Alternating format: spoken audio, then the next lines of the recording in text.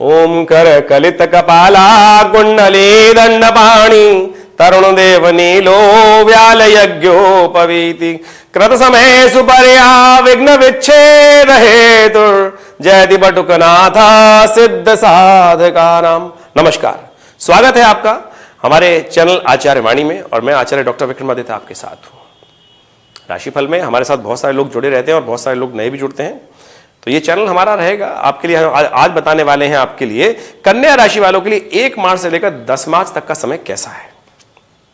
ग्रहों का परिवर्तन हर क्षण हो रहा है, एक क्षण भी ऐसा नहीं हो सकता क्योंकि कोई ये स्थिर तो यहां कुछ है ही नहीं, सब कुछ परिवर्तनशील है।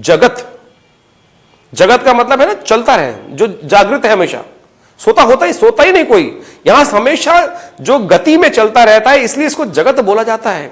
ये कलिकाल में कुछ भी स्थिर है ही नहीं, हमेशा परिवर्तनशील है। और जब परिवर्तन है तो चेंज होना है। चेंज अच्छा भी हो सकता है, चेंज खराब भी हो सकता है। वही चेंज किसी के लिए अच्छा है, किसी के लिए खराब है।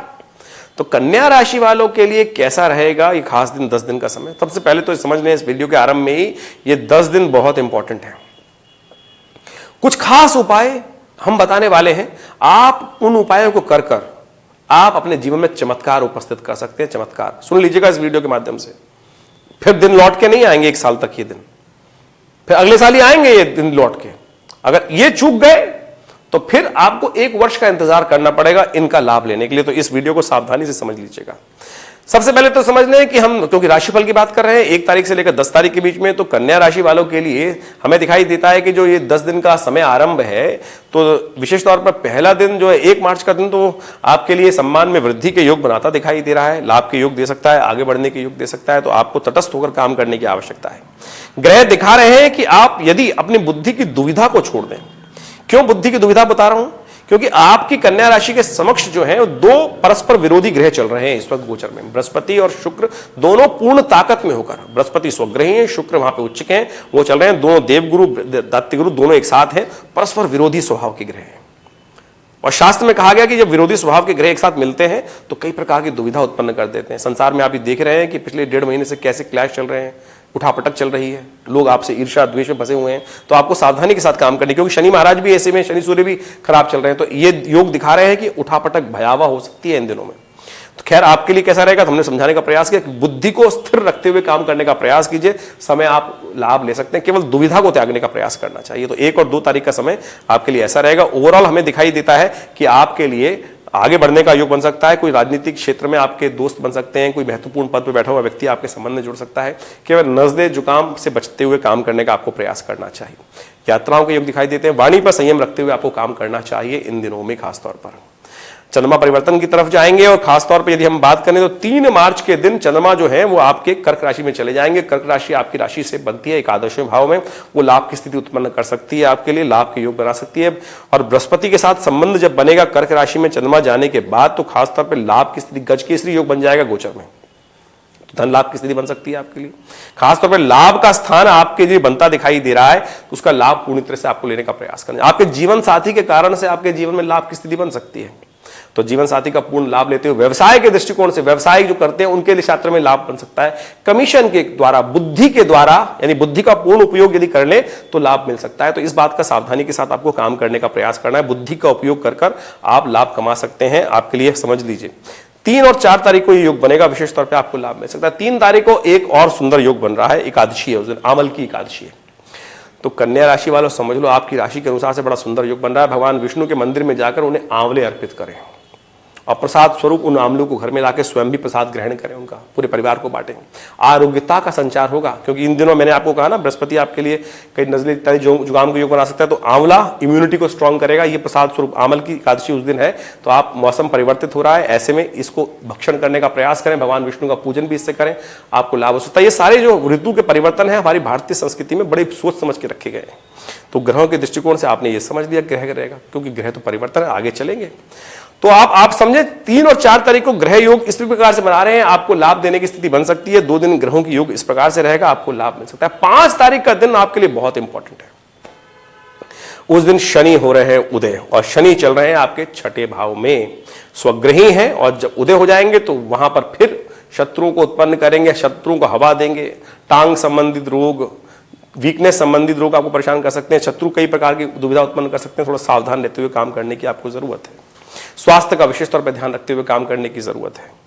और उस दिन शाम को चंद्रमा परिवर्तित हो जाएंगे, सिंह में चले जाएंगे चंद्रमा शाम को करीब 9:30 बजे, 6:02 पे तो शायद शनि उदय हो रहे हैं, उस रात को 9 बजे के करीब 30 मिनट पर चंद्रमा परिवर्तित हो रहे हैं। तो ऐसे में बड़ी सावधानी के साथ काम करें, बुद्धि को एकाग्र रखते हुए काम करने का प्रयास करें। उससे एक दिन पहले एक बहुत सुंदर योग बनेगा, प्रदोष का योग बनेगा। उससे एक दिन पहले प्रदोष का योग यानी दोषों को दूर करने का योग, दोष रहित समय। उस दिन त्रयोदशी और द्वादशी का संयोग है और शनि प्रदोष का योग बन रहा है। शनि के दोष, शनि आपके लिए बहुत खास दिन है। उस दिन ये उपाय आपको करने का प्रयास करना चाहिए। इसके द्वारा आप अपने कष्टों को दूर करने के योग बना सकते हैं। देखिए, आपके लिए एक बड़ा श्रेष्ठ उपाय हम बता रहे हैं। प्रदोष का समय भगवान शिव की आराधना करने का दिन है। तो आप एक काम करें, भगवान शिव पर बिल्वपत्र अर्पित करें। नमो विल्मिने च कवर्चिने च, वेद मंत्र है। तो एक काम करें, एक भगवान को त्रिदुलम त्रिगुणाकारम त्रिनेत्रम च त्रिधायुधम त्रिजन्म पाप संहारम बिल्वपत्रम शिवार्पणम, ये भगवान का स्तोत्र पाठ करते हुए बिल्वाष्टक के अंदर कहा गया कि त्रिदुलम त्रिगुणाकारम त्रिनेत्रम च त्रिधायुधम त्रिजन्म पाप संहारम बिल्वपत्रम शिवार्पणम। देखिए, फागुन का महीना चल रहा है, ऐसे में ना जो बिल्वपत्र मिलते हैं वो कई बार खंडित होते हैं। तो भाग्य से आपको कोई अच्छा सा बिल्वपत्र ढूंढ लीजिए जो खंडित ना हो। ओम नमः शिवाय का जप करते हुए एकाग्र चित्त भाव से भगवान को वो अर्पित करने का प्रयास कीजिए। प्रदोष के समय में रुद्राभिषेक करने के उपरांत शिव का अभिषेक करने के बाद ओम नमः शिवाय का 108 बार जप करते हुए गंगा जल से भगवान को अभिषेक कराने के बाद उस बिल्वपत्र को भगवान को अर्पित करें। आपके कष्टों को दूर करने का ये छोटा सा उपाय है। तुलसी एक घड़ी आदि से पुनियाद, तुलसी संगत सादगी हरे कोट अपराध। ये छोटा सा उपाय यदि तटस्थ होकर एकाग्र चित्त भाव से उस समय कर लें तो शनि के बहुत सारे दोषों को दूर करने का आपका योग बन सकता है। शनि हो रहे हैं उदय, हम सावधान आपको कर सकते हैं। तो सावधान रहते हुए काम करने का प्रयास करें। आप यदि विश्वास रखते हैं तो बहुत अच्छी बात है। नहीं भी विश्वास रखते हैं, भगवान में कई बार होते हैं लोग कहते हैं हम तो भगवान में विश्वास नहीं रखते। कोई बात नहीं, अपने पे विश्वास कर लो भैया, अपने पे विश्वास करो, सावधानी से काम करने का प्रयास करो, तब आप लाभ प्राप्त कर सकते हैं। 6 तारीख को विशेष तौर पर सत्यव्रत है, तो उस दिन भगवान विष्णु की पूजा करनी चाहिए, सत्यनारायण का पूजन करना चाहिए। उस दिन चंद्रमा का जन्मदिन होता है। शास्त्र में वर्णित है कि पूर्णिमा के दिन भगवान चंद्रमा का जन्म हुआ था सायंकाल के समय पर। तो कोशिश करें भगवान चंद्रमा को दूध के द्वारा अर्घ्य भी दें, क्योंकि चंद्रमा आपके लिए 6 और 7 तारीख को ठीक नहीं रहेंगे, आपके द्वादशवें भाव में रहेंगे, तो आपके लिए थोड़ा सा कष्ट दे सकते हैं। तो उसमें आपको थोड़ा सावधान रहते हुए काम करना चाहिए। 5 और 6 तारीख के लिए एक विशेष तौर पर ध्यान रखें। 6 तारीख को आप एक बात करें, 7 तारीख की बात करें तो 7 तारीख को एक बड़ा सुंदर योग बन रहा है। 7 तारीख को विशेष प्रकार का जो सुंदर योग है उसका पूर्ण लाभ कैसे लेना है वो अभी आप समझ लीजिए। होलिका की रात है। होलिका महारात्रि जो होती है वो वर्ष में एक बार आती है। हमने कार्यक्रम के आरंभ में आपको समझाने का प्रयास किया था, होलिका महारात्रि सिद्ध रात्रि है और वर्ष में जो एक दिन की रात्रि है, आपके घर के कष्टों को, नेगेटिव एनर्जी को दूर करने की रात्रि है। आपको इसका सदुपयोग करने का प्रयास करना चाहिए। ये ऐसी रात्रि है कि आपके घर में कई बार पॉजिटिव एनर्जी भी होती है, कई बार नेगेटिव। हम सब चाहते हैं कि हमारे घर में पॉजिटिविटी। घर एक ऐसी जगह है कि जहां आदमी सुकून से सो सकता है। होटल में कितने दिन चले जाइए, 1-2 दिन बाद आप परेशान हो जाएंगे। लेकिन घर, कमरा, आपका बेडरूम, आपकी शैया वो चीज है कि जो आपको शांत कर सकती है। कैसी भी दुविधा हो, आप घर जाते हैं तो सोचते हैं शांत प्राप्ति करने के योग बनेंगे। लेकिन कई बार दुविधा ऐसी होती है कि बाहर व्यक्ति प्रसन्न रहता है, घर में जाते ही ऐसा लगता है कि कहां जेल में आ गया, ये छत मेरे ऊपर गिर पड़ेगी। कष्ट ऐसा लगता है, भयावह स्थिति हो जाती। कई बार होता है। कारण सोचा आपने क्यों होता है? घर तो वही है, आपने बड़ी श्रद्धा से बनाया था, आपने बड़ी विश्वास से, बड़े प्रसन्नता से पैसे को एकत्र कर कैसे कैसे कार्य करने के उपरांत सुंदर घर का निर्माण किया था, मकान का निर्माण किया था, अपने गृह को बनाया था। लेकिन क्या हो गया? अपने व्यवसाय को आरंभ किया था बड़े सुंदर तरीके से, वो व्यवसाय की गद्दी पे जाके बैठते ही ऐसा हो जाता है कि बस हम फाड़ू बन जाते हैं। बस पता नहीं क्या हो जाता है, दिमाग में परेशानी होने लगती है। क्या है वो? कौन सी बात हो गई? वो है नजर, वो है नेगेटिव एनर्जी, वो है दुष्प्रभाव विचारों का, जो हीन भावना से ग्रसित लोगों के द्वारा आपके जीवन में हो गया। बहुत सारे लोग आपके जीवन में आते हैं, कुछ अच्छे होते हैं, कुछ खराब होते हैं, लेकिन कई ऐसे आते हैं जो हीन भावना से ग्रसित होते हैं और आपके घर, भूमि इत्यादि में सब में कष्ट देने के योग बना देते हैं। तो ऐसे में उन कष्टों को दूर करने की रात्रि शास्त्र में वर्णित है, होलिका महारात्रि। हमारे ऋषि मुनियों ने इस रात्रि का वर्णन किया कि इस रात्रि के दिन अपने कष्टों को दूर करने के लिए कुछ खास उपाय करके आप अपने कष्टों को दूर कर सकते हैं। तो समझिए क्या करना है आपको।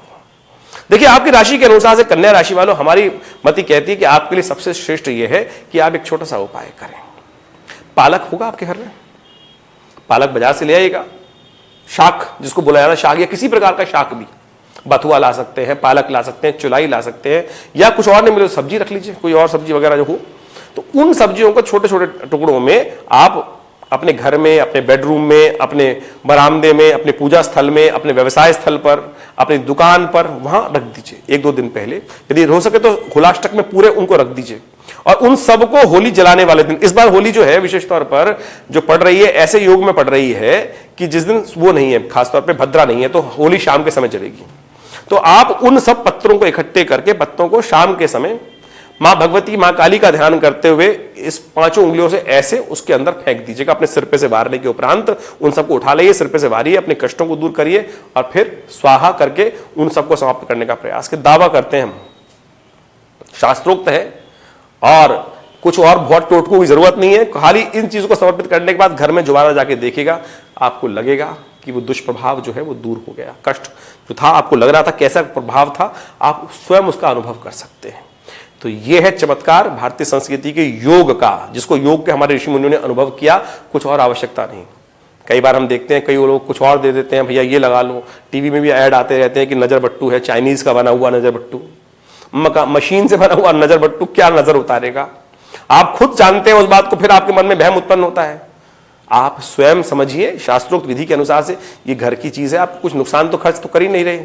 विश्वास नहीं पे तब भी करके देख लीजिए, देखिएगा क्या लगेगा, आपके पालक में खर्चा तो हो ही नहीं रहा। ज्यादा से ज्यादा लोग ये कह सकते हैं देखो अंधविश्वासी आया, खुद भी कर रहा होगा, वो खुद भी करके आया होगा, जो बोल रहा है उसको भी कहीं ना कहीं परेशान होगा, तो वो भी जाके हाथ दिखाएगा। हमारे पास आते हैं बहुत सारे ऐसे भी जो लोग होते हैं कि अरे बकवास है ज्योतिष वोतिष, और फिर आके महाराज देख लो क्या है, बताइए ना क्या हो रहा है। ये सब प्रत्यक्ष है, जानता आपका दिल भी है। जो अंधविश्वास जो नहीं करते हैं, जो लोग, बहुत सारे लोग ऐसे हैं जो संसार में अपने आप को वैज्ञानिक कहते हैं, वो भी कहीं ना कहीं विश्वास करते हैं।